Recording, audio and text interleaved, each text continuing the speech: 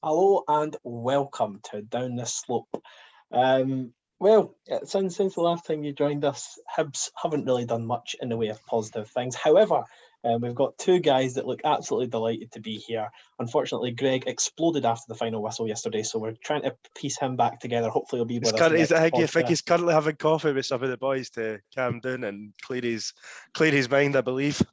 I think he needs something a bit stronger than coffee to forget about Hibs. But anyway, we're delighted to be joined by Euan and Liam. Euan, we'll come to you first.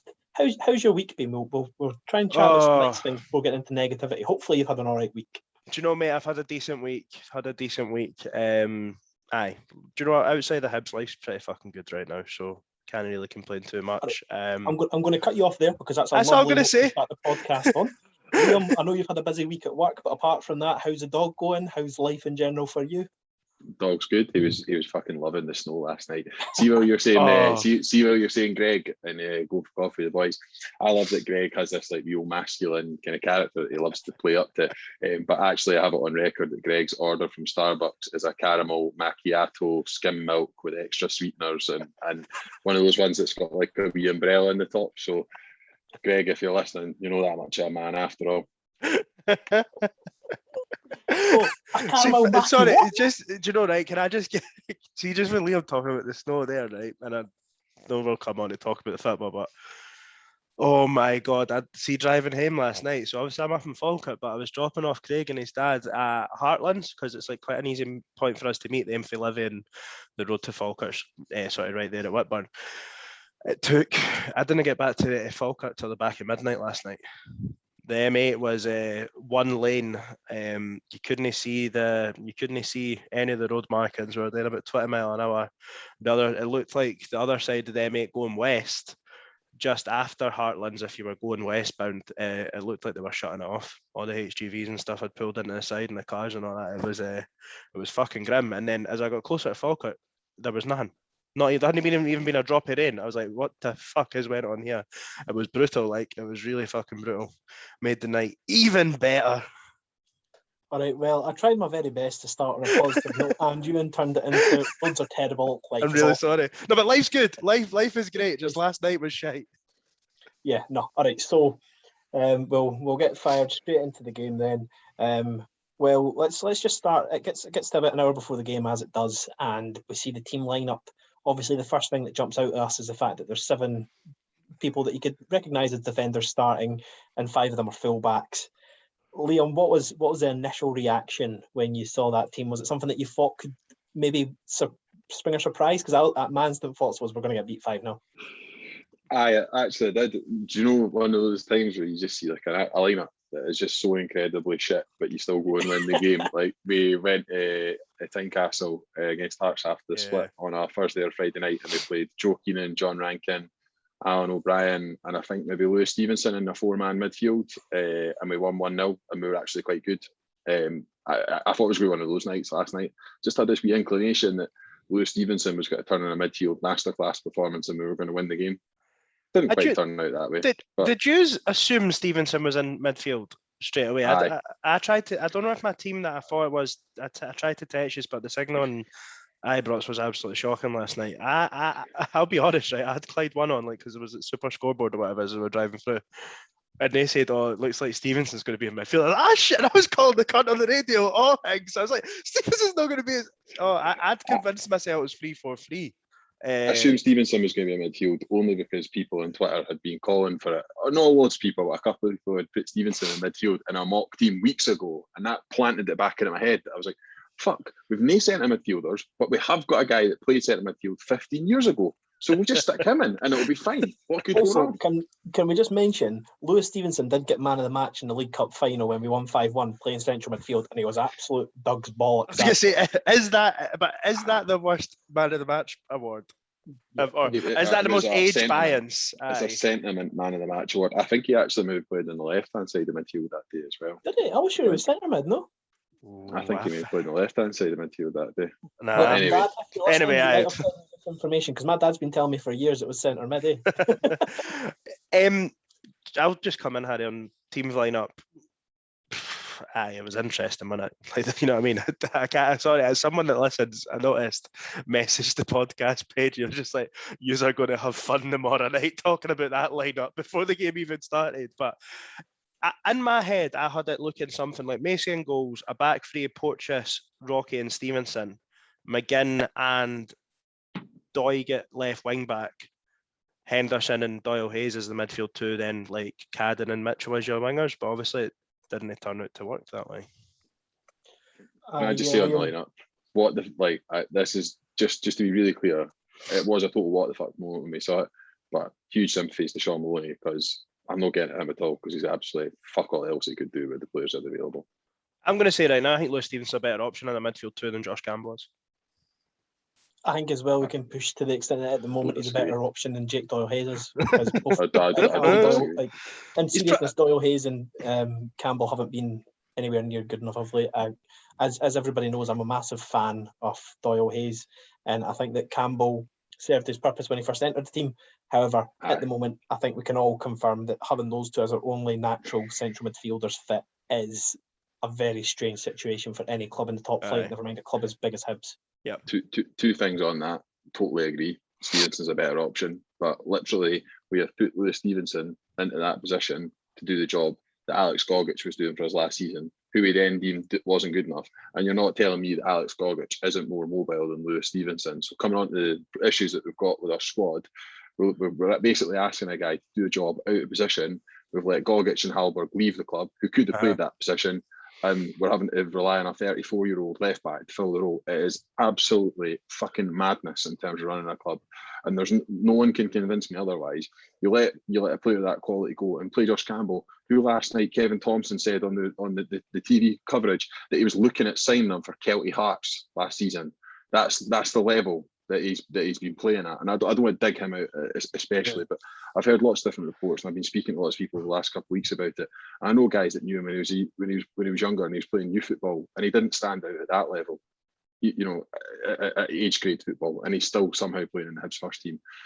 It feels really harsh to keep digging him out because he's without the ball against Celtic and Rangers, he's fine, but the minute you've got possession, There's, I think as well, I think we spoke about it a couple of weeks ago, and at least mentioned it when we were at the game.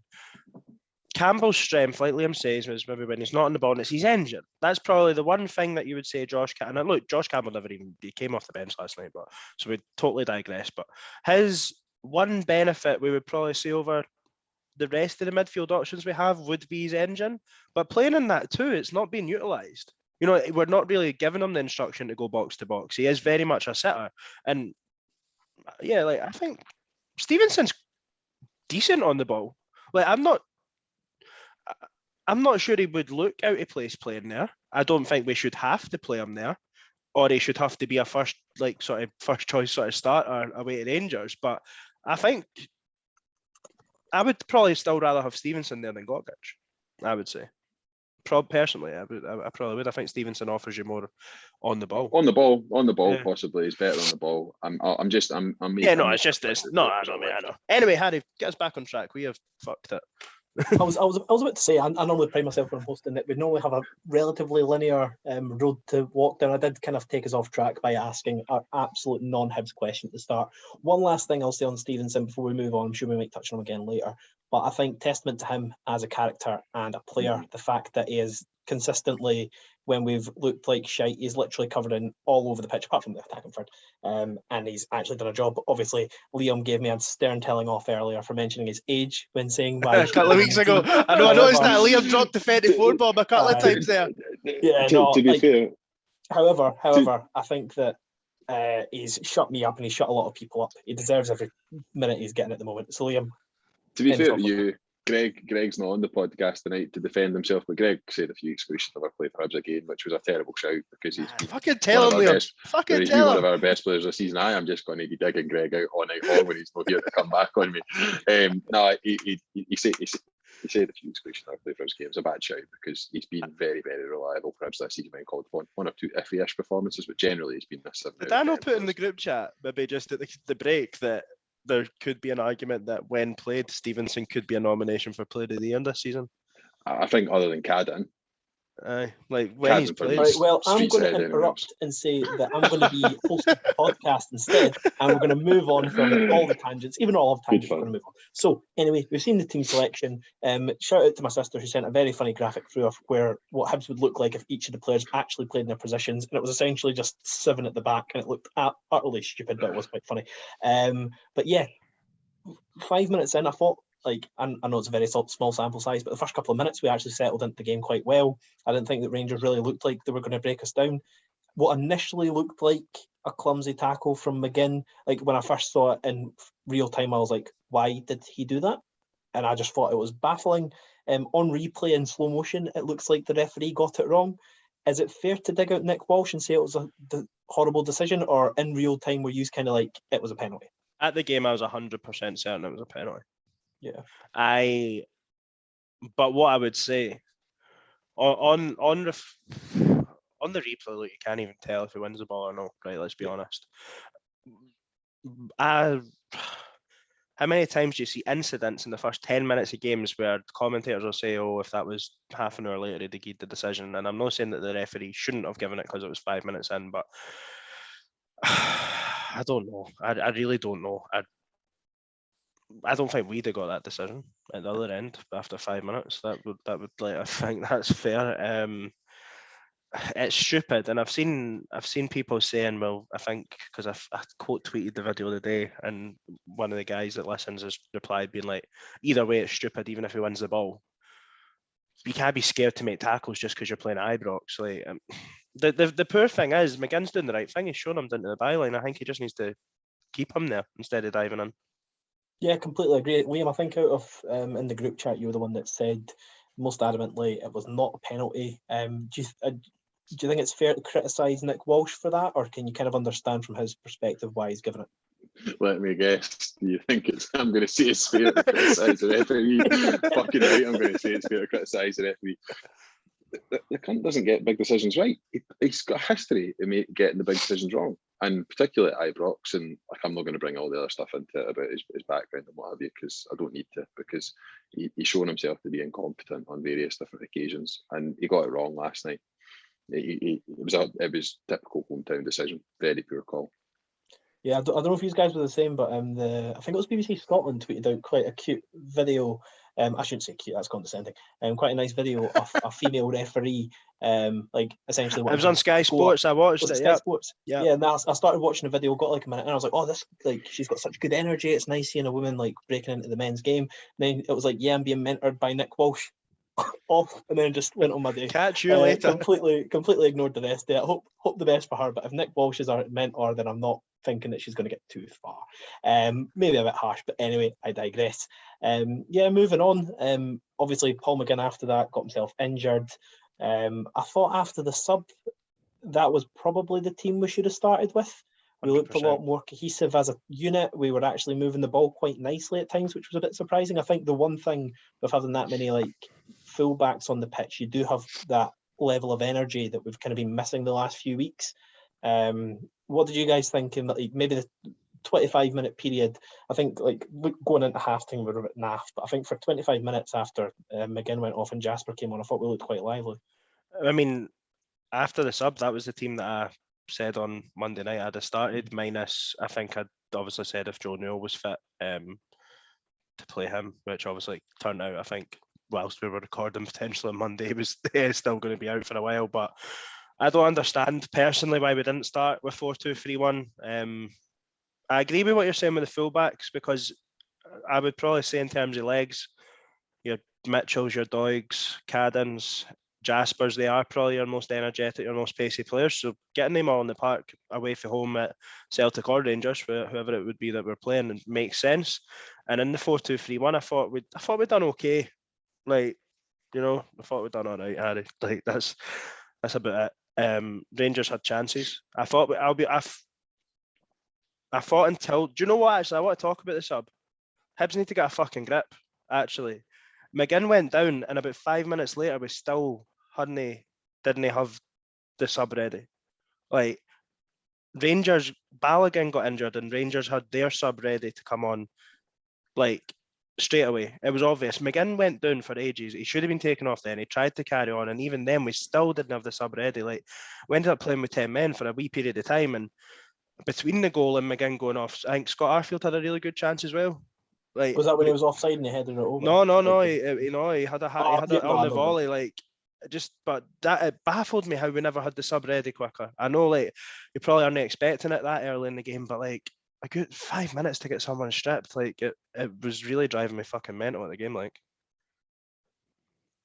totally went off there. Leo, I think that's a fair tangent. I don't really think there's too much to add to that. We should probably have players ready for subs if other players are injured. Liam, I think one player that impressed, I'm just trying to bring some positives out. I think Euan Henderson and Sylvester Jasper in particular on Twitter were getting plaudits. Everybody was naff, but those two had good performances. Would you agree with that? Was there any other players that you thought actually had an all right game in the Hibs kit? Adam is his usual self, up and down. I know, again, you could say something about the final ball, but he's putting balls in the right position in the box for me. It's just there's no fucker on the end of them. Cadden was decent. I'm cautious about Jasper. I'll be honest, because I think the bar is that low at the moment for performances that, like, any little twinkle of light we get excited about at the minute. And about Jasper, I think everyone needs to keep a level head. He's a guy who's, hopefully going to do great things for us. But I think for me, yeah, it's early days. Henderson, that was a much more encouraging performance than we've seen from him in the last few weeks. I wouldn't go as far as say I was impressed, but I was encouraged by what he did on the ball. But beyond that, and we touched on Stevenson already, who was very workmanlike in midfield, charging into tackles, winning balls, making simple passes, was fine. Probably other than that, I'm struggling to really think of any other players to give a huge amount of credit to. The one thing that did stick out for me is I would like to see Cadden and Doig as the fullbacks with Mitchell and Jasper in front of them. Like, I do think that's a viable option for us to try and get at teams to hit teams on the counter quicker. I know it might not work in that sort of 3-4-3 that Maloney maybe wants to no doubt revert back to, but in that sort of 4-3-3, 4-2-3-1, I think it's a good option. I really do. It probably does just put a little bit too much emphasis on Henderson to get closer to Nisbet. But if Henderson's not capable of doing that, then you play Muller or someone that maybe is. But I would like to see Doig and Mitchell especially be left on the left-hand side to let them try and form something. I think that can work quite well, because I think probably both their strengths is going forward. But if they can dovetail nicely, you should have cover going forward and back between the two of them, and it should be a good balance. The only shtick I would have with that is the fact that I think their primary objective would be to cross the ball into the box. And I think that as terrible as we've been at defending crosses this season, we've not been particularly great at attacking them. So but then look at Mitchell's goal that he scored against Livy, he got in at the back post. Yeah, true. And that's from a corner, though. It's not a ball into the box. Mate. And then again, there was a chance against Hearts. I want to say he got in at the. Or no, wasn't it Hearts? It was St Mirren. One of the chances that we made against St Mirren, he got in at the back post and he won the header at the back post. I think he's capable. I think he's capable. We're talking about a chance in the last 6 games, though. Like, he's only played 3 games. We're only talking about big numbers here. No, I know, but I think it's an option. Lads, I think, Liam, I'll let you chime in very quickly. Oh, thank you. How dare I be positive? Appreciate you doing that. No, I just want to say on the two kind of wide players on either side in a 3-4-3, I think the objective for me has to be, if you're going to play 2 wide players, they need to be inside forwards, because the two of them need to go inside to create the space outside to the wing backs. I don't think it's an option. I've not seen enough of Jasper and Mitchell yet to know whether either of those can do it. From what I've seen of Dimitri Mitchell, I think his strength is running down the outside of people rather than coming inside. But no, I entirely agree. I want us to stick with that, but in a 4-2-3-1 or a 4-3-3. I don't. Quite frankly, I'm bored of 3-4-3 already. It doesn't work. Yeah, I think after my rant about systems last week, which didn't go down very well on the I'm not going to comment on that, but I'm going to comment on the second half. Again, thought we came out from half-time. Oh, well, can we just mention the Nisbet chance then? Actually, sorry. Just a heads up that he actually got across the defender and used his left foot. So, cheers, Kev. That's it. Well, thank you for following my agenda and not adding that to my agenda before starting the call and making me look stupid. Kevin Nisbet did have a shot that pussy-footed towards the keeper. It's frustrating. I think a confident Kevin Nisbet puts his foot right through that and actually makes McGregor work for it. It's a bit frustrating. It's nice to see him get on the end of it. It's a great ball in from Doig, but he really needs to get some power behind that, doesn't he? It's not difficult for the keeper at all. I just think we've been very critical of him trying to bring balls in and spin it onto his right foot and stuff. Well, do you know what? He's taken it on his weak foot. He's tried. He's hit the target at the end of the day. That's the main thing you can ask of him. And in this first half, especially, if Nisbet was getting quite a lot of criticism in the stand, but he would probably he'd done a decent job of holding the ball up, I felt, but we had nobody near him. Like, it was a tough shift for him last night. And anyway, Harry, back to you. Well, I'm host, so I'm going to say something. You guys aren't going to comment on it, even if you disagree, because I'm going to move it on. But Kevin Nisbet is a victim of social media. Some people with big followings keep on perpetuating the fact that he's this lazy striker that never runs about and does anything. That is utter bollocks. If it wasn't thanks to some people on social media, Kevin Nisbet would be a loved Hibs player, but he's not, because stupid people. Moving on to the second half, Liam, I'm going to come to you, because I think one thing we didn't actually mention earlier on, Kevin Dabrowski came into the team. Dabrowski, how would you prefer to pronounce it? Done pretty good job over the last couple of weeks, I think it's fair to say. One of the shining lights, even though there's not been many. Got himself dropped in place of Matt Macey. Couldn't obviously blame Macey for conceding a penalty. However, that goal, my initial impression was, why did he fall over? Why didn't he just stand tall and save it? Liam, why was Macey brought in, and what was he doing for that goal? I don't want to just kind of perpetuate this anti-Macey agenda that people think that I've got. I'm just going to say one thing on Matt Macey, and I'm going to say two things on Matt Macey. He's the third worst goalkeeper in Leeds statistically, and he plays like the third worst goalkeeper in Leeds statistically. He moved out the way of that shot last night. At the game, I thought it was a really good finish. Watching the highlights back, it's a terrible finish. No, mate, I know. It couldn't have been further away from us. Like, in the game, I thought, you know, Morelos, he's hit it high and into the top corner, and then I watched the highlights back, and I was like, how the fuck has he not saved that? Like, one thing, I'm trying to give him some slack. Like, even though it wasn't positioned very well, it was a ridiculously hard hit shot. Like, he did absolutely bullet it, but. If Macey just stands his ground, if I'm going to be devil's advocate here, right, is blaming Macey for that goal last night harsh after not blaming Dabrowski at the weekend, considering it didn't go in the corner either? I disagree on the basis that, like, I think that Macey, I don't know, like, I don't think the goals are that similar in the way that they're finished.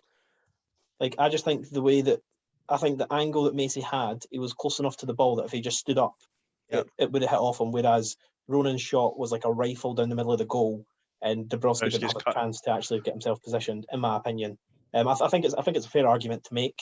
I can see why you would say there's comparisons, but I think with the way that the ball was played through, I just think that they're relatively similar. That's fair, mate. I'm just wanting so we don't all get a bashing on Twitter. A little bit of perspective. Mate, we're going to get a bashing on Twitter anyway. I've got butterfly fairy lights behind me because I'm staying at my granny's house. But yeah, I've got butterflies on my top. I know, actually. At least you didn't drink caramel macchiatos at Starbucks. You've still got some credibility left. Yeah, I think the defending itself for the goal as well, I don't want to linger on it too long because there's no point in battering people that we've battered already. Well, to be fair, we've not battered Rocky yet. I think Rocky does get caught out there. Position is not great. Leaves everybody in their dog on side. But yeah, the goal, not good enough. And that's about it. I think after that, I think it was clear that the wind was taken out the sails. The subs Maloney made, it's been said on Twitter and it's stuck in my head, and I think it's true. I think Maloney's kind of frustrated with the squad he's got, and he's making subs so that fans can't say you're not doing anything. I don't think that the subs he's making are to give Hibs a chance of winning the game. I think he's making subs for the sake of making subs. Feel free to disagree or chime in if you've got a different opinion on that, but that's really how it looks to me. I disagree with that. I don't, I'd like to think a manager, if anything, I'd say a manager not making subs would be more of an indication of not liking their squad. I think you've seen managers in the past name 5 players on the bench to prove points and stuff, but the subs last night, as per, done fuck all. I've seen people say that Muller made a difference when he came on. Don't know where. Like, I thought like, I'm not being funny. He came on with 15 minutes to go. Rangers were 2-0 and he sat in. Maybe he worked with Cadden okay on the right hand side, but he was okay. Slow as per. I don't think Muller's a player you can bring off the bench and expect him to change the game. I think he needs to start a game and get involved in it because of his lack of pace. He's not really going to be able to stretch a game. I feel like he is more of a 10. Already, I would think he's more a number 10 than a winger. Maybe that's an indication of the difference in pace of play between the MLS and the Scottish Premiership. But he was probably the main one that made a difference. Doidge is just doing off and on as nothing now. Late on, Cadden put an unbelievable ball in, and Doidge was too busy sitting on the penalty spot clapping his hands instead of trying to attack it. I don't know. He's just really not giving us anything now. But again, I would probably give him the same that I said to Miller. I don't think we've got many players on the bench now that I feel can come on and change a game. I think you've got players that need to settle into a game and sort of make their mark that way. That's my thought on the bench now. The subs, it was too late. You're 2-0 down, and people. Do you know what? Actually, nah, fuck it. Maloney said we were better in the second half. What a load of shite! I thought we were all right in the first half. Second half, I thought we never laid a glove on Rangers. We had a couple of chances in the last 5 minutes. They'd shut up shop. And when we're talking about chances, we're talking about Cadden hitting a shot, which I've asked of him to do, but that time he really did have to fucking cut it back. And Jasper hitting a shot for 20 yards. That's what we're talking about. The second half was awful. The second half was terrible. One question just before you come in, Liam, because I want to wrap this up relatively quickly on the Rangers game. Euan, was being at the game, was the atmosphere okay yesterday? I know we can see but was there anything, or was it kind of flat? The away end was actually all right. Ibrox is a fucking library. Out with the goal in that 30 seconds where they were back top of the league, it was shambolic. There was a couple of nice no chance from the Rangers fans being directed our way that Police Scotland acknowledged and done fuck all about. And just for what it's worth, there's obviously been videos circulating of Hibs fans as well, and hopefully they get dealt with appropriately, if need be, or if they can find who the person is and stuff, make sure that it's dealt with appropriately. I don't know if the video was from last night or what, but as long as that's dealt with. But no, the atmosphere was pretty decent, to be fair, and that's what I think I mentioned it to you boys before we started recording there. At the end of the game, players came over, Maloney came over. The general feeling was of half decent performance, and the players tried hard. And I'll be honest, I didn't see that. I thought I really didn't think we were that good last night.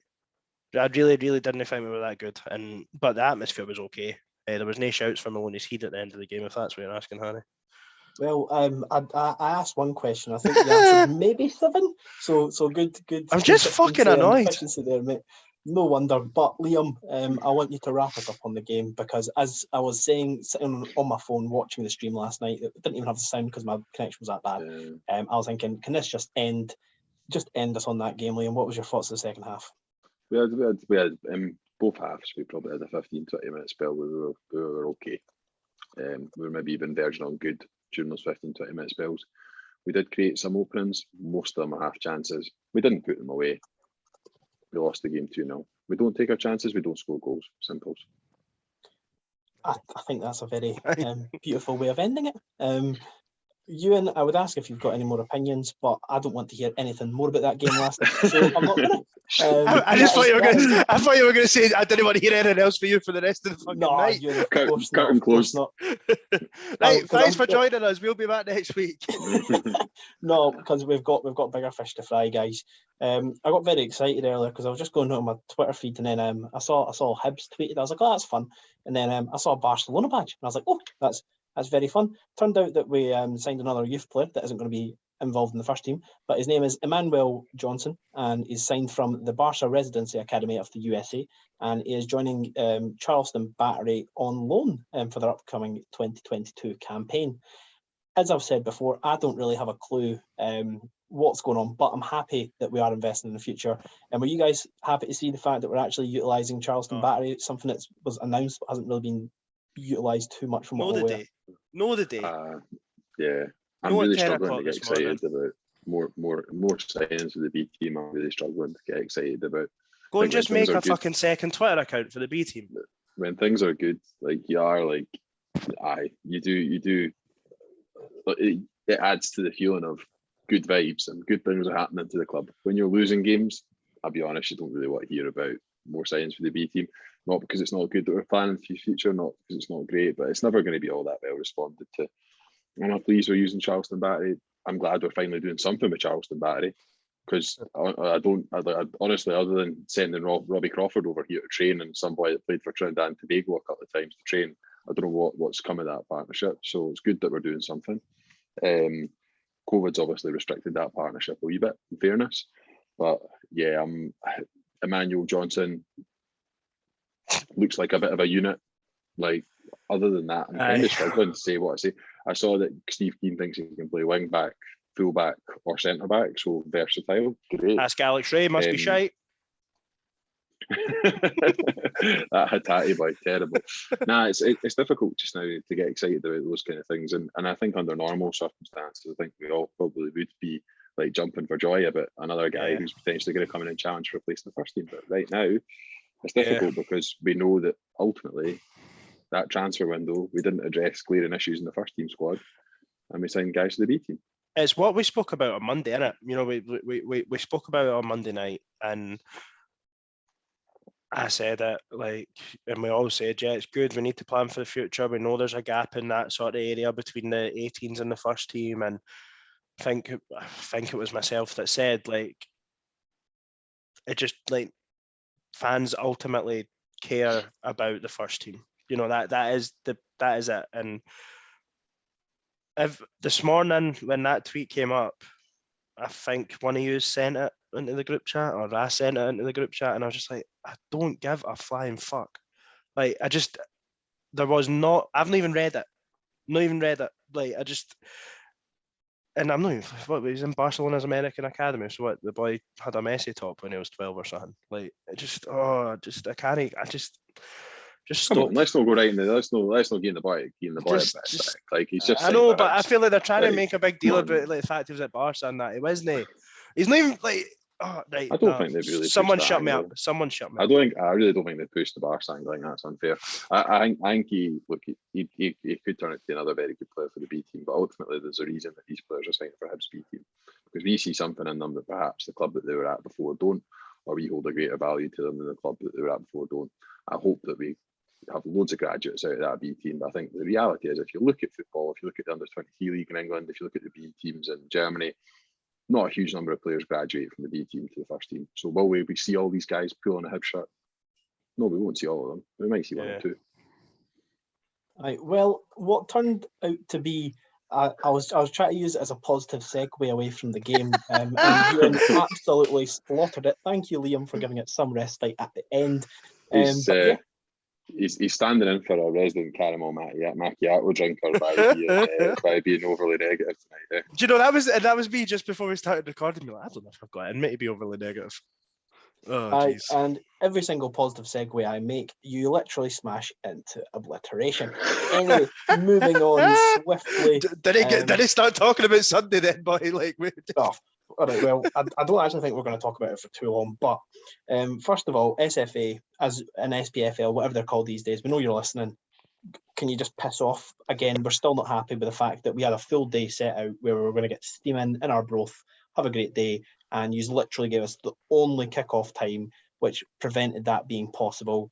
We were literally all amped up for a bus and that. We're going to do it, and then it was literally the only kick-off time that nobody could make. So, really not great, but we have got a trip up to Gayfield Park.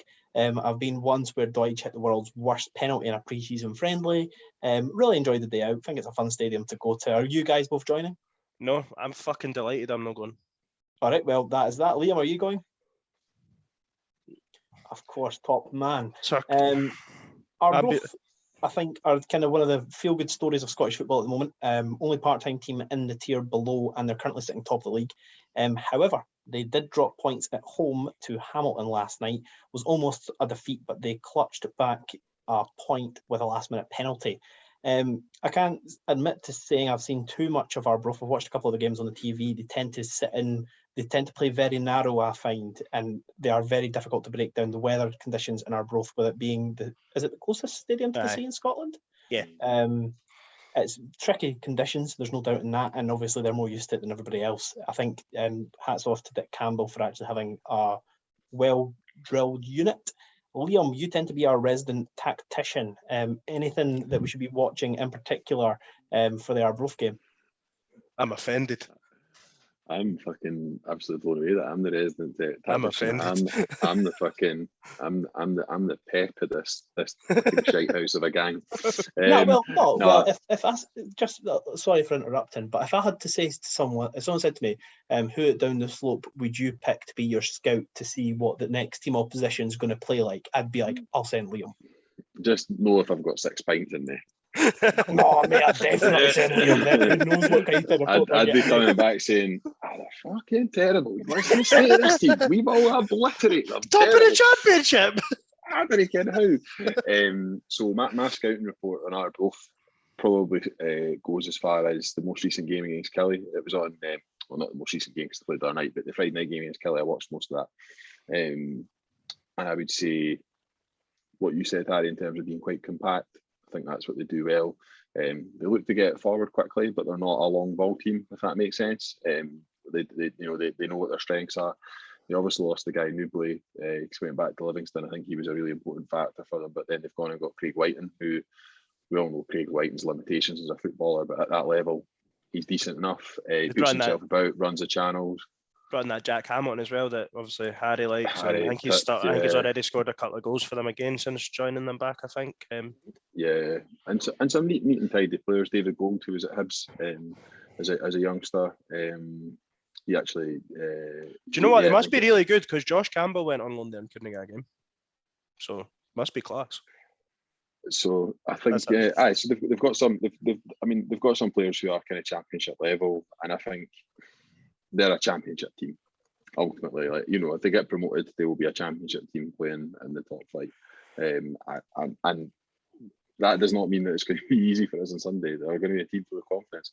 When you are winning, it is far, far easier to go out and play against teams that are in a division above you, because you're in the habit of winning and winning football games, and their spirit will not be broken if they go 1-0 down. Their spirit will not be broken if they go 2-0 down. They'll keep coming at us. So we need to take our fucking chances. Yep. You were offended by my scouting comment or tactician comment. Feel free to give us your debrief on Arbroath. No, I just the reason it offended me is because I recall earlier in the season I mentioned something about formation in the chat, and Liam bit my fucking head off because I slightly disagreed with him. Nice to see you holding on to that, mate. You've got a fucking tweet for a year and a half ago waiting to fucking surface at any point. Don't come for me. Look, it's going to be difficult. And I know I said when you started mentioning that I'm not going, and I'm delighted about it.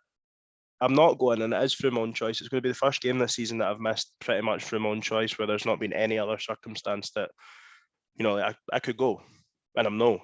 And I didn't want to go. I really didn't. I want a fucking break. I'll be like, I can't think of any other game. I have missed games this season, but I've there's been reason for that. But nah, Sunday's no appealing to me at all. I'll be totally honest. I think we're going to get beat. I genuinely think we're going to get beat. I didn't see us scoring a goal. 3-4-3 will no doubt play. I think that'll play into Arbroath's hands. We'll try and play through the middle of the park. Honestly, lads, I didn't see it. I do not see us going there and winning at least in 90 minutes. Arbroath are a plucky team. Let's call them what they are. They're sitting 13th in Scotland right now, if you look at it that way. Would I back us to go to St Johnstone and win? Probably not. So why would I back us to go to Arbroath? Right now, I don't see it. I don't see it. One half of me saying we're playing all right and we're going to scalp someone, and I fucking hope it's this weekend and it gets confidence going, but I just don't see us scoring goals. It's what Liam said earlier. The few chances we're creating, we keep missing, and I really don't like the look of this on Sunday. I really, really don't. I'll be totally honest. Being honest, mate, not to criticise you too much, but I find that absolutely baffling. I don't know if it's the fact that it's because I live down in London and I've been missing the game so much, but the concept of like I don't particularly want to go, but I would never optionally not go. I find that surprising. So do I. I won't touch on it too much because I don't want to seem like mate, no. Look, berating mate, you're but- genuinely entitled to that opinion because that's probably me up until last night. But because the thing is, for me, like the thought of going to watch Hibs on Sunday right now just doesn't appeal to me. And do you know what? I can for a fact it'll kick off at 12:30 on Sunday. I'll be sitting on my couch and you two will be half cut in the group chat, having a fucking great time, and I'll be fucking miserable. And I'll see yous on the telly, we'll be 4-0 up, and I'll be crying my fucking eyes out because I'm not there. But right now, the thought of going to watch Hibs play this weekend is not appealing. Like it really fucking isn't. Like I actually could think of a couple of things else I'd rather be doing on Sunday. All right, well, on that negative note, I'm sorry. I just as I've said, I'm thank fuck I'm not hosting the night. Well, God, who knows how negative it would be if you were. But as I said, trying to bring positivity back where possible. Liam, what type of team would you like to see? Where can we actually get the goals from? Obviously, we've got Nisbet. He's not scoring prolifically. He did score in the last round of the cup. Doige hasn't scored since his injury. Where do you see the goals coming in? What type of system would you like to see us play at the weekend?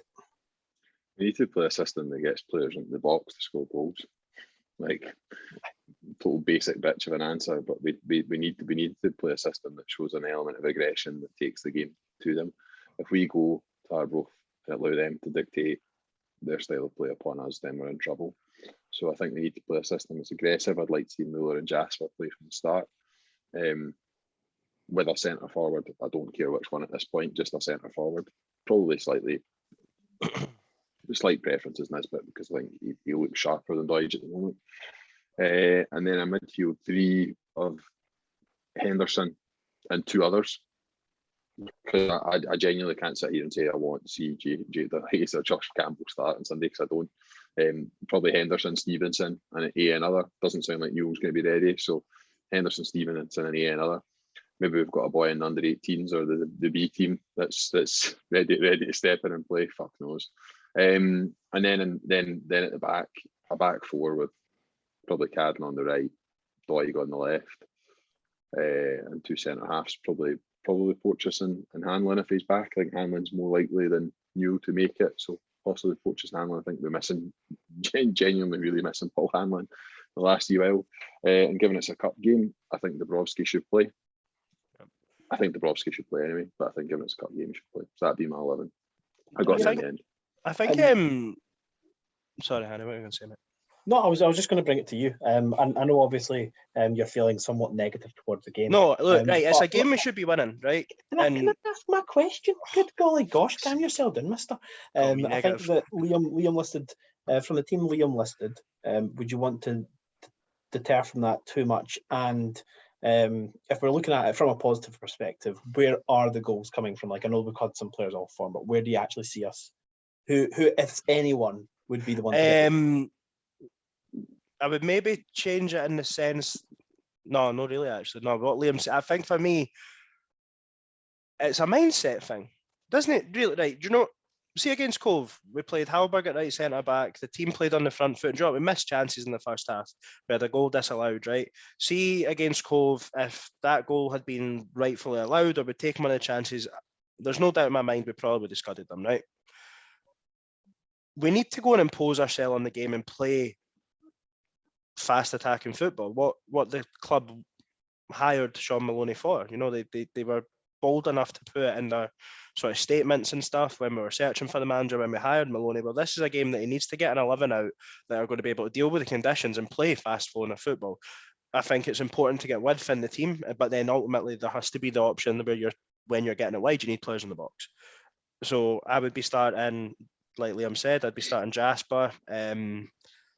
I'd probably start Muller. I'd probably also start Mitchell and Doig. I'd probably be looking at the three behind Nisbet being Mitchell, Muller and Jasper with a midfield two of Henderson and Stevenson, to be honest. Fuck it. Just, do you know what I mean? Like, I'm not being funny. We're playing up. I know I've said we're going to get beat, right? And I genuinely think we will, but fuck it. We're playing a part-time team. Let's lose Stevenson sit in front of the back four. He can drop in and make a free. and just let everyone else fucking bomb it. Like, have a go. Like, try and just, because like this is the thing, right? We're saying we need to get players in the box, right? Ultimately, for me, it comes down to the player, and does that player want to get in the box? You know what I mean? Like, so I don't know. Do you know what's class about? Do you know what's class about doing a podcast is you can just make all these fucking wild statements about team selections and it face absolutely no consequences for your selections.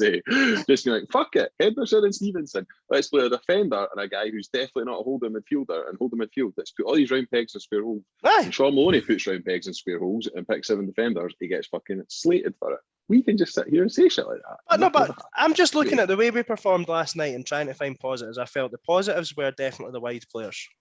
I think the fullbacks and the wingers done all right. I think Muller would be more inclined to get into the box than Henderson would at the 10. I don't think we need to play with 2 holders. Play with 1 holder and let Henderson be sort of more box to box. Give him a little bit more of free rein to try and get on the ball and create. But you know what I mean? I think Muller probably deserves to come back in. I know I said I don't think he done too much last night, but in terms of getting bodies in the box, I think he is more inclined to do that than, say, Henderson playing in that 10. And just in the team that playing against Arbroath, I don't think there's any need to play 2 holding midfielders. Still play that sort of call it a 4-1-4-1 if you want. You know what I mean? Just have Stevenson there as your protection. He can cover if the fullbacks go. I think, you know, like, they're part-time. Like, and I don't want to show them too much disrespect because I genuinely think we're going to get beat. But have a go at least, you know what I mean? Like, see if we just go and we pass them off the park, we create 2 or 3 chances and we miss them. Smashing. Like, have a go.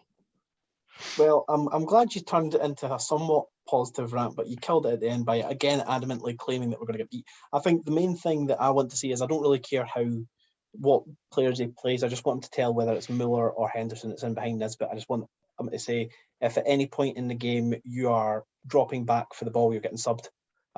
Get up his arse, man. Just get up his fucking arse. Yeah, you know, like wherever Nisbet goes, be 10 yards off him. Because I think the main problem with Muller is, as a player, I think he's been given the free role of, like, you know, just go wherever you want on the pitch, pick up the ball, get involved in the action, which is great. But in a team that's not got the midfielder like Kyle McGuinness that will burst into the box, we really need a player to be within, as you say, 10, 15 yards in Nisbet at all times. We can't afford for him to be dropping back at left back, picking up the ball and pinging it out to the right. And that's a byproduct that people like Nisbet's hold-up plays shite because no cunts need him to get the ball from. Yeah. And yeah, like, and also, again, I'll just want to keep defending this, but if he's sat up front on his own, he's not going to be able to chase the right back all the way to the left back, then back to the right back again. It's not feasible for any player in the world to do that. So just get off Nisbet's back. Look, we're going to try and get this wrapped up, boys. But all right, Euan, we'll come to yours first because you've been negative. You've told us we're going to lose. What's the score prediction? And be honest, we're not going to hear a Hibs win now. What's your negative loss score prediction?